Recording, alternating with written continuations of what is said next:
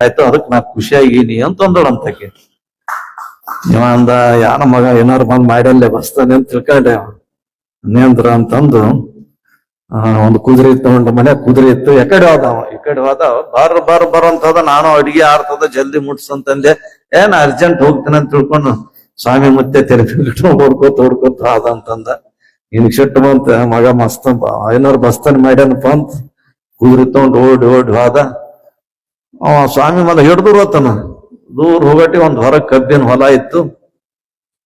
ಸ್ವಾಮಿ ಇನ್ನೇನ್ ಬಿಡಂಗ್ ಕಾಣಲ್ಲ, ಈ ಮಗ ಕುದುರೆ ತಗೊಂಡ ಬಂತಾನಂತ ತಿಳ್ಕೊಂಡು ಕಬ್ಬಿನ ಗದ್ದೆಗೆ ಹೊಕ್ಕೊಂಡ ನಂತರ ಇವನು ಕುದುರೆ ಮ್ಯಾಗ ಕುಂತ ಬಂದ. ಆ ಕಬ್ಬಿನ ಗದ್ದೆಗೆ ಹೊಕ್ಕೊಂಡು ನೋಡಿದ. ಅಲ್ಲೇ ಹೇಳುದು ಅವ್ನಿಗೆ ಹಿಡಿಬೇಕಂತ ತಿಳ್ಕೊಂಡು ಕುದುರೆ ಕಬ್ಬಿನಾಗ ಹೋಗಂಗಿಲ್ಲ. ಅದಕ್ಕೆ ಏನ್ ಮಾಡಿದ, 4 ಕಬ್ಬು ಕೂಡಿಸಿ ಗಂಟಾಕಿ ಕುದುರೆಯಲ್ಲಿ ಕಟ್ಟಿ ಸ್ವಾಮಿ ಬೆನ್ನ ಹತ್ತಿದ. ಸ್ವಾಮಿ ಮಗ ಹೆಚ್ಚಿಗೆ ಆದಾಗ ಏನಾರು ಮತ್ತೆ ಆಯ್ತು. ಅವ ಹಿಂಗ್ ಬರೋದ್ರಾಗ ಹಿಂಗಾಯ್ತು ಬಂದು ಕುದುರೆ ಮ್ಯಾಗ ಕುಂತು ತಗೊಂಡಾದ. ಕುದುರೆ ಬುತ್ತಿ ಗಿತ್ತಿ ಎಲ್ಲ ತಗೊಂಡಾದ. ಇದು ಕುದುರೆ ಮುಂದೆ ಹಾರಾಡವತ್ನಾಗ ಏನಾಗಬೇಕು. ಇವ ಬಂದ ಮನೆಗೆ ಬಂದ. ಇವನು ಮಗ ಮಾರಿಡ್ಸ್ಕೊಂಡು ಹೆಣ್ತಿ ಕೇಳಿದ, ಯಾಕೆ ಸಿಕ್ಕ ನಾನು ಸಿಕ್ಕ ಅಂದ. ಮತ್ತ ಕುದುರೆ ಕಳದಂದ್ರೆ ಸಿಟ್ಟಿಗೆ ಇರ್ತಾಳೆ ಹೆಣ್ತಿ. ಮತ್ತ ಕುದುರೆ ಎಲ್ಲಿ ಅದ? ಎಲ್ಲ ಮಗಳು ನಿಮ್ ಮಳೆ ಸಿಟ್ಟಿಗೆ ಇರ್ತಾನ ಅಂತ ತಿಳ್ಕೊಂಡು ಕುದುರೆ ತಗೊಂಬಂದಿದ್ದು, ಅದಕ್ಕೆ ಕುದುರೆ ಕೊಟ್ಟು ಬಂದಿನಿ ಅಂತ ಹೇಳಿದ ಅಂತೀವ. ಇದು ಲೋಕದ ವ್ಯವಹಾರ ಅಲ್ಲ. ಲೋಕದ ವ್ಯವಹಾರದಲ್ಲಿ ಸಮಚಿತ್ತವಾಗಿರತಕ್ಕಂಥದ್ದೇ ಯೋಗ ಅಂತ ಕರೀತಾರೆ. ಅದಕ್ಕೆ ಯೋಗಕ್ಕ, ಧ್ಯಾನಕ್ಕ, ಜಪತಪಕ್ಕ ಸ್ವಾಮಿನೇ ಆಗ್ಬೇಕು, ಸನ್ಯಾಸಿನೇ ಆಗ್ಬೇಕು, ಸಾಧುನೇ ಆಗ್ಬೇಕಂತಿಲ್ಲ. ಒಬ್ಬ ಜಲಧರ ಅಂತ ತಿಳ್ಕೊಂಡು ಒಬ್ಬ ಬ್ರಾಹ್ಮಣ, ಜಲಧಾರಿ ಅಂತ ತಿಳ್ಕೊಂಡು ಒಬ್ಬ ಬ್ರಾಹ್ಮಣ ಸಹಜವಾಗಿ ಗೃಹಸ್ಥನಾಗಿ ಸಂಸಾರ ನಡೆಸುವಂತಿದ್ದ. ಇದ್ದಂತ ಸಂದರ್ಭದಲ್ಲಿ ಅವನಿಗೆ ತಪಸ್ಸು ಮಾಡಬೇಕು, ಪ್ರಪಂಚ ಇದು ಉಪಯೋಗ ಇಲ್ಲ ಅಂತ ಅನುಭವಕ್ಕೆ ಬಂತು. ಜೀವನದಲ್ಲಿ ಏನಾದರೂ ಸಾಧಿಸಬೇಕಂದ್ರೆ ಪ್ರಪಂಚದಿಂದ ಪಾರಮಾರ್ಥಕ್ಕೆ ಬರಬೇಕು, ಅನೀತಿಯಿಂದ ನೀತಿಯಡಿಗೆ ಬರಬೇಕು, ಅಸತ್ಯದಿಂದ ಸತ್ಯದಡಿಗೆ ಬರಬೇಕು, ಅಜ್ಞಾನದಿಂದ ಜ್ಞಾನದಡಿಗೆ ಬರಬೇಕು. ಅಂದಾಗ ನಿಜವಾದ ಜೀವನಕ್ಕೆ ಸಾರ್ಥಕತೆ ಬರ್ತದ ಅಂತ ಅರ್ಥ ಮಾಡ್ಕೊಂಡವ. ಅವ ಸಹಜವಾಗಿ ಅಡವಿ ಒಂಟಾರಣ್ಯದಲ್ಲಿ ಒಂಟು ಮನೆಯಲ್ಲಿದ್ದ. ಎಲ್ಲಾ ಬಿಟ್ಟುಕೊಟ್ಟು ಬಂದು ಸಮುದ್ರದ ದಂಡೆಯಲ್ಲಿ ಕುಂತು ಋತುಮಾನಕ್ಕೆ ವ್ಯತಿರಿಕ್ತವಾಗಿ, ಅದಕ್ಕೆ ವಿರುದ್ಧವಾಗಿ ತಪಸ್ಸು ಮಾಡ್ಲಕ್ ಶುರು ಮಾಡಿದ. ತಪಸ್ಸು ಮಾಡ್ಬೇಕಂತ ತಿಳ್ಕೊಂಡ್ರು. ಅಂದ್ರೆ ಬ್ಯಾಸಿಯಾಗಿ ಏನ್ ಮಾಡ್ಲಕತ್ತ, ಪಂಚಾಗ್ನಿ ಅಂತ ತಿಳ್ಕೊಂಡ್ ಜಪ ಮಾಡುವಂತವ್ರು, ಅನುಷ್ಠಾನ ಕುಂದ್ರಂತವ್ರು ಪಂಚಾಗ್ನಿಯಲ್ಲಿ ಕುಂತು ತಪಸ್ಸು ಮಾಡ್ತಾರ ಅಂತ ತಿಳ್ಕೊಂಡು ಹೇಳ್ತಾರೆ. ಪಂಚಾಗ್ನಿ ಅಂದ್ರೆ 5 ಕಡೆಗೆ ಬೆಂಕಿ ಉರ್ಸೋದು, ನಡು ಕುಂದ್ರೋದು. ಕಡಿ ಬ್ಯಾಸಿಯಲ್ಲಿ 5 ಕಡೆಗೆ ಆ ಕಡೆ ಈ ಕಡೆ ಬೆಂಕಿ ಹಚ್ಚೋದು, ನಡು ಕುಂತು ಬಿಡೋದು. ಅದು ಪಂಚಾಗ್ನಿ ಜಪ ಅಂತ ತಿಳ್ಕೊಂಡು ಹೇಳ್ತಾರೆ. ಮತ್ತು ಶೀತ ಮಾರುತ ಜಪ ಅಂತ ತಿಳ್ಕೊಂಡಂದ್ರೆ ಎಷ್ಟು ತಣ್ಣಗಿರ್ತದ ಅಂತ ತಣ್ಣಗ ಸಂದರ್ಭದಲ್ಲಿ ಹೋಗಿ ಹೊಳ್ಯಾಕ ಕುಂತು ಜಪ ಮಾಡೋದು. ಅವೆಲ್ಲ ಮಾಡಿದ ಅವಂದ ಇವೆರಡಕ್ಕಿಂತಲೂ ಇನ್ನೂ ಮುಂದರಿಬೇಕಂತ ತಿಳ್ಕೊಂಡು ಊಟ ಬಿಟ್ಟ, ನೀರು ಬಿಟ್ಟ, ಒಂಟುಗಾಲಿನ ಮೇಲೆ ನಿಂತು ತಪಸ್ಸು ಮಾಡಕತ್ತ. ಒಂಟುಗಾಲಿನ ಮೇಲೆ ನಿಂತು ತಪಸ್ಸು ಮಾಡ್ಕೊಂತ ಏಕಾಗ್ರ ಚಿತ್ತನಾಗಿ ಬಹಳ ಅಚಲನಾಗಿ ನಿಂತು ಬಿಟ್ಟ. ಅಂದ್ರೆ ಅಳ್ಳಾಡ್ಲಾರ್ದಂಗ ನಿಂತು ಬಿಟ್ಟ. ನಿಂತಂತ ಸಂದರ್ಭದಲ್ಲಿ ಹಕ್ಕಿಗಳು ಬಂದು ಅದ್ರ ಮ್ಯಾಗ ಗೂಡು ಕಟ್ಲಕತ್ತು.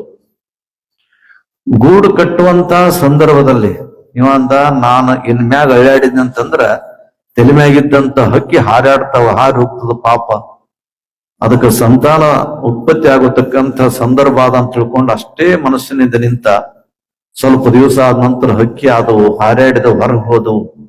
ಇವ ಅಂದ, ನನಗೇನೇನು ಹೋಗಕ್ ಸಾಧ್ಯ ಆಯ್ತು, ಸಿದ್ಧಿ ಗಳಿಸಿನಿ ಅಂತ ತಿಳ್ಕೊಂಡು ಹೋಗಿ ಆ ಸಮುದ್ರದಲ್ಲಿ ಇದು ಹೊಳೆಯಲ್ಲಿ ತಾನೇನ್ ಜಪ ಮಾಡ್ತಾನೆ, ಹೊಳೆಯಲ್ಲಿ ಕೈಕಾಯಿ ತಕ್ಕೊಲಕತ್ತಿದ್ದ.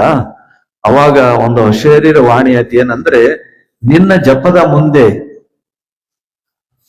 ಆ ಜಲಾಧಾರನ ಜಪದ ಮುಂದೆ ತುಲಾಧಾರನ ಜಪಕ್ಕಿಂತ ನೀ ಏನ್ ದೊಡ್ಡದಲ್ಲ ಅಂತ ಅಶರೀರವಾಣಿ ಆಯ್ತು. ಇವಾಗ ಗಾಬರಿ ಅದ, ನಾ ತುಲಾದಾರ ಅಂತ ತಿಳ್ಕೊಂಡ್ರೆ ಅವನಕಿನ ನಾ ಬಹಳ ಕಠಿಣ ತಪಸ್ಸು ಮಾಡೀನಿ, ಮತ್ತೆ ನನ್ಕಿನ ಹಿಂಗ ಅಂತಾನಂದ್ರ ಹೆಂಗ? ಆಯ್ತು ಹೋದ್ರಾಯ್ತು ಅಂತ ತಿಳ್ಕೊಂಡು ತುಲಾದಾರ ಎಲ್ಲಿ ಇರ್ತಾನಂತ ಹುಡುಕ್ಯಾಡ್ಕೊಂತ ಹೋದ. ಅದು ಅಶರೀರವಾಣಿ ಹೇಳಿದ ಕಾಶಿಯಲ್ಲಿ ಹಿಂಗ ಒಬ್ಬ ಅದಾನ, ಅವನು ಮುಂದೆ ನಿನ್ ತಪ ಏನೂ ಅಲ್ಲ. ಆಯ್ತಂತ ತಿಳ್ಕೊಂಡು ಅಲ್ಲಿ ಹೋಗಿ ಯಾರು ತುಲಾದಾರ ಅಂತ ತಿಳ್ಕೊಂಡು ಹಿಂಗ್ ತಿರುಗಾಡ್ಕೊಂತ ಹೊಂಟಂತ ಸಂದರ್ಭದಲ್ಲಿ ಒಬ್ರು ಯಾರು ಹೇಳಿದ್ರು, ತುಲಾದಾರನ ಮನೆಯಲ್ಲಿ ಅದ್ರಿ, ಏನ್ ದೊಡ್ಡ ವ್ಯಾಪಾರಿಸ್ತಾನ್ರಿ, ಇಲ್ಲಿ ಅದಾನ್ ನೋಡ್ರಿ ಅಂತ ಹೇಳ್ಬಿಟ್ರು. ಹೋದ ನಂತರ ಅವ ಮೈ ತುಂಬ ಬಂಗಾರ ಹಾಕೊಂಡಿದ್ದ, ಬಟ್ಟೆ ಉಟ್ಕೊಂಡಿದ್ದ, ವ್ಯಾಪಾರ ಮಾಡ್ತಿದ್ದ, ಒಬ್ಬ ವೈಶ್ಯನಾಗಿದ್ದ. ಅವ ಹೋದ ನಂತರ ಬರ್ರಿ ನೀವ್ ಬರ್ತೀರಿ ಅನ್ನೋದು ನನ್ ಮೊದಲೇ ಗೊತ್ತಿತ್ತು, ಬರ್ರಿ ಅಂದ. ಯಾಕಪ್ಪ ನನಗೂ ಶರೀರವಾಣಿ ಆಗಿತ್ತು, ಇಂಥವ್ ಬರ್ತಾನ. ಅವನ್ ಕರ್ಕೊಂಡು ಕುಂದಿರ್ಸಿದ, ಉಣಿಸಿದ, ತಿನ್ನಿಸಿದ. ಅವ ಅಂದ, ನಾ ಜಪ ಬಿಟ್ಟಿನಿ, ತಪ್ಪ ಬಿಟ್ಟಿನಿ, ಸಾಧು ಆಗಿನಿ, ಎಲ್ಲೊಟ್ಟು ಬಿಟ್ಟಿನಿ, ನೋಡ್ ಇಂತ ಎಲ್ಲಾ ಸಿದ್ಧಿ ಮಾಡ್ಕೊಂಡಿನಿ ಅಂತ ತಿಳ್ಕೊಂಡ್ ನನ್ ಕಲ್ಪನೆ ಆಗ್ಯದ. ಇವ ವ್ಯಾಪಾರ ಮಾಡ್ತಾನ, ಈ ಕಡೆ ಸಂಸಾರ ಮಾಡ್ತಾನ, ಇವ ಈ ದೇವ್ರ ಅಂತಾನ, ಇವ ನನ್ಕಿನ ಹೆಚ್ಚಿಗೆ ಹ್ಯಾಂಗಾದ? ಅವನಿಗೆ ಕೇಳಿದ, ನನ್ಕಿನ ದೊಡ್ಡ ಸಿದ್ಧಿ ಆಗ್ಯದ ಅಂತ ತಿಳ್ಕೊಂಡು ಹ್ಯಾಂಗಾದ? ಅವ ಅಂದ, ನಾನು ವೇಶ್ಯನಿದ್ದೀನಿ, ಅಂದ್ರೆ ತಕ್ಕಡಿ ಹಿಡ್ಕೊಂಡು ತುಲಾಧಾರ, ತಕ್ಕಡಿ ಹಿಡ್ಕೊಂಡು ತೂಗ್ತೀನ. ಈ ತುಲಾಭಾರ ಅಂತ ತಿಳ್ಕೊಂಡು ನೀವೆಲ್ಲ ನಿಮ್ಮ ಅಪ್ಪರಿಗೆ ಮಾಡ್ತಿರ್ತೀರ. ತುಲಾಭಾರ ಅಂದ್ರೆ ತಕ್ಕಡಿಯಲ್ಲಿ ಅವರನ್ನು ತೂಗುವುದು. ಆ ತಕ್ಕಡಿ ಹಿಂಗ್ ಹಿಡ್ಕೊಂಡು ಕುಂತಿದ್ದವ, ಆ ತಕ್ಕಡಿಯಲ್ಲಿ ಅವ ಅಂದವ, ನಿನಗೆ ಏಕಾಗ್ರ ಚಿತ್ತ ಅಂತ ಹೆಂಗ ಅನಿಸ್ತದ? ದೇವ್ರ ಕಡೆಗೆ ನೀ ದೇವರಲ್ಲಿ ಭಾವನೆ ಇಟ್ಟಿದೆ ಅಂತ ತಿಳ್ಕೊಂಡು ನಾ ಹ್ಯಾಂಗ ನಂಬಲಿ? ನಿನಗೆ ಸಿದ್ಧಿ ಆಗ್ಯದ ಅಂತ ತಿಳ್ಕೊಂಡು ನಾ ಹ್ಯಾಂಗ ತಿಳ್ಕೊಲಿ ಅಂದಾಗ ತುಲಾಭಾರ ಒಂದು ಮಾತು ಹೇಳಿದ, ನೀನು ಎಲ್ಲಾನು ನೋಡ್ತೀರಿ, ನಾನು ತಕ್ಕಡಿದ ಏನದು ತಕ್ಕಡಿದ ಹಿಡಿಯ ಹೊತ್ತಿಗೆ ಅದು ಇರ್ತಲ್ಲ, ಅದೇನಪ್ಪ ಕಾಟದ ಒಂದು ಕಡ್ಡಿ ಇರ್ತದ, ನಂದೇನ್ ಕಲ್ಲು ಇರ್ತೇನಲ್ಲ, ಆ ಕಲ್ಲು ಇಟ್ಟು ತೂಗ್ತೀನಿ ನಾನು. ತೂಗು ಕಲ್ಲು ಈ ಕಡೆ ಬೇಳೆ ಇರ್ಲಿ, ಬೆಲ್ಲ ಇರ್ಲಿ, ಬಂಗಾರ ಇರ್ಲಿ, ಇದಕ್ಕೆ ನಾನು ನೋಡಂಗಿಲ್ಲ, ನಡುವಿನ ಕಡ್ಡಿಗೆ ಮಾತ್ರ ನಾನು ನೋಡ್ತೀನಿ, ನನ್ನ ಮನಸ್ಸು ಯಾವಾಗ್ಲೂ ಅಲ್ಲಿ ನಿಂತಿರ್ತದ ಅಂತ ಹೇಳಿಬಿಟ್ಟವ.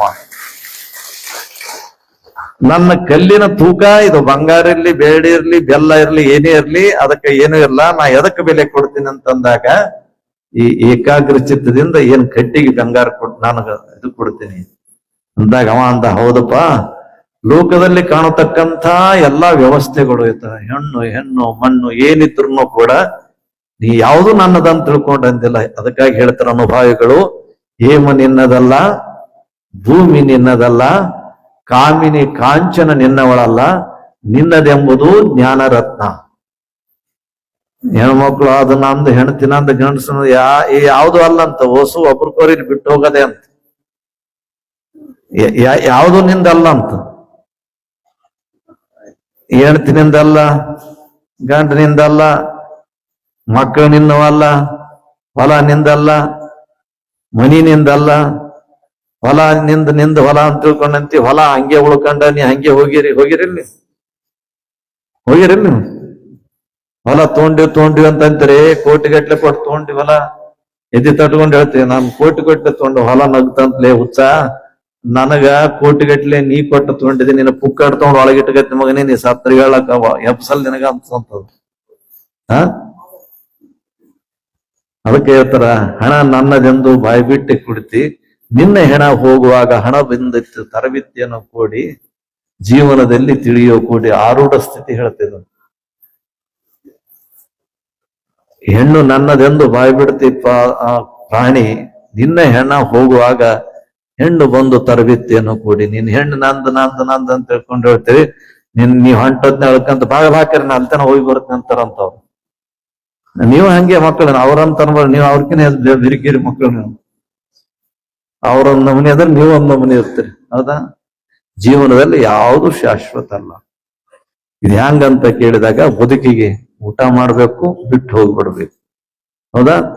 ಊಟ ಮಾಡ್ಬೇಕು, ಬಿಟ್ಟು ಹೋಗ್ಬೇಕು. ಬಿಟ್ಟು ಹೋಗತಕ್ಕಂತ ಕಲ್ಪನೆಯಲ್ಲಿ ಹಿಂಗಿರ್ಬೇಕಂತ ನಾವು ಬಂದೀವಿ, ಉಣ್ತೀವಿ, ಮತ್ತ ಎಂದ್ ಕರಿತಾನ ಅಂತ ಹೋಗ್ತೀವಿ. ನಾವು ಯಾರಿಗೇನ್ ಚಿಂತೆ ಮಾಡೋದಿಲ್ಲ, ಬಂದೀವಿ, ಭಗವಂತ ಕಳಿಸ್ಯಾನ, ಬಂದೀವಿ, ಇಟ್ಟಂಗಿರ್ತೀವಿ, ಕೊಟ್ಟು ದುಣ್ತೀವಿ, ಕರೆದಾಗ ಬರ್ತೀವಿ. ಇಷ್ಟೊಂದು ಬಿಟ್ಟು ಚಿಂತೆನೇ ಇರ್ಲಂತ ಯಾವ ಮನುಷ್ಯನಿಗೆ. ಯಾಕಂದ್ರೆ ಒಬ್ಬ ರೈತ ಬಹಳ ದಿನಕ್ಕ ಹತ್ತಿ ಮನ್ಯಾಗ ಇಟ್ಟಿದ್ದಂತ ಮಾರಾಟ ಮಾಡಿದ್ರಾಯ್ತ ಅಂತ ತಿಳ್ಕೊಂಡು ಯಾವಾಗನ ಹೇಳಿರ್ಬೇಕು ಈ ಕತ್ ಹೇಳಿನೇನು ಗೊತ್ತಿಲ್ಲ, ಹೇಳಿಲ್ಲ ಅಂತ ಯಾದಗಿರಿ ತಗೊಂಡು ಹೋದ್ನಂತ ಹೋಗಿ ಮಾರಾಟ ಮಾಡಿದ. ಅವ ಹೋಟೆಲ್ಗೆ ಹೋಗಿದ್ದಿಲ್ಲ ಅಂತ ಒಟ್ಟ ಹೋಟೆಲ್ಗೆ ಹೋಗಿದ್ದಿಲ್ಲ, ರೊಕ್ಕ ತಗೊಂಡು ಬಂದು ಬಸ್ ಸ್ಟ್ಯಾಂಡಿಗೆ ಬಂದು ಇನ್ನೊಂದ್ ತಾಸು ಲೇಟ್ ಅದ ಬಸ್ ಅಂತ ಅಂದ ತಕ್ಷಣ ಹೋಗಿ ನೋಡಿದವ ದೊಡ್ಡ ಹೋಟೆಲ್ ಆದ ಅಂತ ತಿಳ್ಕೊಂಡು ಒಳಗ್ ಹೋದ. ನಾ ಎಂದೂ ಹೋಟೆಲ್ಗೆ ಬಂದಿಲ್ಲ, ಹೊಟ್ಟಿ ಹಸುವಾಗ್ಯದ. ನಮ್ಮ ಊರಾಗ ಕುಂತಾಗ ಅವರು ಇವರು ಬಸವರಾಜ ಶಾಸ್ತ್ರಿ, ಕಣ್ಣಿ ನಾಗಣ್ಣ ಅಂತವ್ರ ಎಂತವ್ರು ಬಂದು ಅದು ತಿಂದೇವಿ ಅಂತ ಹೇಳ್ತಿರ್ತಾರ. ಅದಕ್ಕ ನಾನು ತಿಂದು ಹೋದ್ರಾಯ್ತು ಅಂತ ತಿಳ್ಕೊಂಡು ಹೋಗಿ ಕುಂತು ಏನದ ಅಂತ ನಾವ್ ಹೇಳಿದ. ಪಾಪ ಇಡ್ಲಿ ವಡ ದೋಸೆ ಕದು ಹೇಳ್ತಿರ್ತ ಎಲ್ಲ ಹೇಳಿದ. ಹ್ಯಾಂಗ್ ಪ್ಲೇಟ್ ಅಂತ ಕೇಳಿದ. ಅವಂದ 20 ರೂಪಾಯಿ ಈ ಪ್ಲೇಟ್, 60 ರೂಪಾಯಿ ಈ ಪ್ಲೇಟ್, 100 ರೂಪಾಯಿ ಇದು ಪ್ಲೇಟ್ ಎಲ್ಲಷ್ಟು ಹೇಳಿದ. ಸರಿ ಅಂದ, ತೊಂಬರಿ ಅಂದ, ತಂದ್ರು. ಆರಾಮ್ ಚಂದ ತಿಂದು ಅವ ಬಿಲ್ ತರ್ಲಕ್ ಹೋಗಿ ಬರೋದ್ರೊಳಗಾಗಿ ಅವ ಏನ್ ಮಾಡಿದ,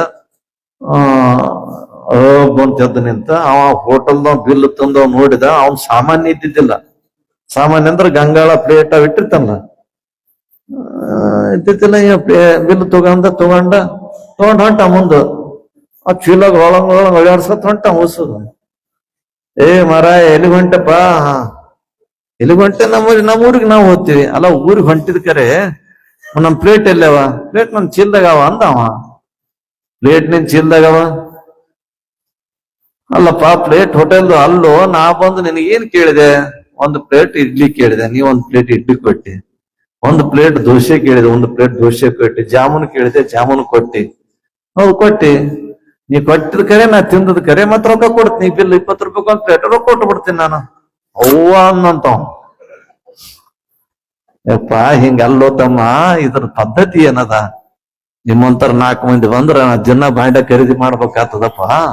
ಇದ್ರದ್ದು ಏನ್ ಪದ್ಧತಿ ಅಂದ್ರೆ, ಒಂದು ಪ್ಲೇಟ್ ಇಡ್ಲಿ ಅಂದ್ರೆ ಪ್ಲೇಟ್ ನನ್ ಇಡ್ಲಿ ತಿನ್ಬೇಕು, ಪ್ಲೇಟ್ ಇಲ್ಲೇ ಬಿಟ್ಟು ಹೋಗ್ಬೇಕು. ಹೌದಾ? ಒಂದು ಪ್ಲೇಟ್ ದೋಸೆ ಅಂದ್ರ ಪ್ಲೇಟ್ ನನ್ ದೋಸೆ ತಿನ್ಬೇಕು, ಪ್ಲೇಟ್ ಇಲ್ಲೇ ಬಿಟ್ಟು ಹೋಗ್ಬೇಕು. ಹುಚ್ಚ, ಇಲ್ಲಿ ಏನ್ ಇರ್ತಾವಲ್ಲ ಪ್ಲೇಟ್ಗಿದು ಅಂದ್ರೆ ಪ್ಲೇಟ್ ನಲ್ಲಿ ಇರುವಂತಹ ಪದಾರ್ಥ ನೀ ತಗೋಬೇಕಷ್ಟೇ. ಆ ಪದಾರ್ಥದ ಪೂರಕವಾದಂತ ಅದರ ಮೂಲ ವಯದ ಆಗಂಗಿಲ್ಲಪ್ಪ. ಪ್ಲೇಟ್ ಇಲ್ಲೇ ಬಿಟ್ಟು ಹಿಂಗನ್ರಿ ಇದು ಪದ್ಧತಿ ಅಂತ ಹೇಳಿದ್ನಂತವ. ಹೇಳುವಂತ ತಾತ್ಪರ್ಯ ಏನಂತ ಕೇಳಿದಾಗ, ಯಾವುದೂ ನಿನ್ನದಲ್ಲ, ನಿನ್ನದೆಂಬುದು ಜ್ಞಾನ ರತ್ನ. ಪ್ರಪಂಚ ನಿನ್ನದಲ್ಲಪ್ಪ. ಪ್ರಪಂಚದಿಂದ ನಿನ್ನ ವಿಮುಕ್ತನಾಗಬೇಕಾದ್ರ, ದೂರ ಆಗ್ಬೇಕಾದ್ರ ಸದ್ಗುರುನಾಥ ನಡಿ ಹೋಗ್ಬೇಕಾಗ್ತದ. ಅವೆರಡೂ ಕೂಡ ಶಾಶ್ವತವಾದಂತಹ ಬದುಕಿಗೆ ನೀನು ಹೊಂದಬೇಕಾದಾಗ ಅದು ವಿಶ್ವಾರಾಧ್ಯರ ಕೃಪಾ ನಿನಗಾಗುವಂತದ್ದಾಗ್ತದ. ವಿಶ್ವಾರಾಧ್ಯರು ಕೂಡ ಅವರು ಮೊದಲು ಪೂರ್ವದಲ್ಲಿ ಪ್ರಪಂಚ ಜೀವನ ನಡೆಸಿದ್ರು. ಬಹಳ ಅವ್ರ ದೊಡ್ಡ ಕುದುರೆ ಇತ್ತಂದ್ರ, ವಿಶ್ವರಾಜ್ ಮತ್ತನ ಕುದುರೆ. ಕುದುರೆ ಮ್ಯಾಗ ಕುಂತ ಹೊಂಟನಂದ್ರ ರಾಜ ಕಾಣ್ತಿದ್ನಂತ ವಿಶ್ವರಾಜ ಮತ್ತವ್ರು. ವೈರಾಗ್ಯ ಯಾರಿಗೆ ಬರುತ್ತಂದ್ರ ಇದ್ದವರಿಗೆ ವೈರಾಗ್ಯ ಬರ್ಬೇಕಂತ, ಇಲ್ಲಾದ್ರಿಗೆ ವೈರಾಗ್ಯ ಬರೋದು ದೊಡ್ಡ ಮಾತಲ್ಲ. ಅದಕ್ಕೆ ಹೇಳಿದ್ನಂತ ಒಬ್ಬವ,